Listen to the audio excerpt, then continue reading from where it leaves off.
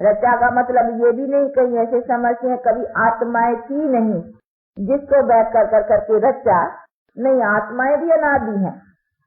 ये चीजें भी बहुत अच्छी तरह से समझने की हैं कि आत्मा को कभी किसने बनाया ही नहीं है, जैसे परमात्मा को कभी किसने बनाया ही नहीं। कभी ऐसा कोई क्वेश्चन उठा सकता है कि परमात्मा का क्रिएटर कौन है? हा?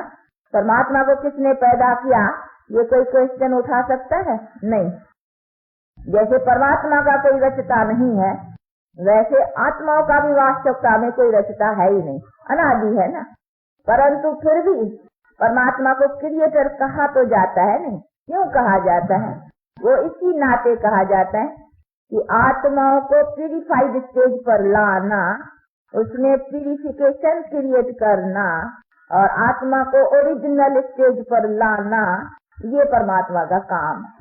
इसीलिए उसको क्रिएटर कहा जाता है कि हमारे रचता वो है, क्योंकि हमको अपनी ओरिजिनल स्टेज पर वो ले आता है। नहीं, बाकी ऐसे नहीं है कि हम है ही नहीं, यानी आत्मा कभी है ही नहीं, आत्मा तो अनादि है।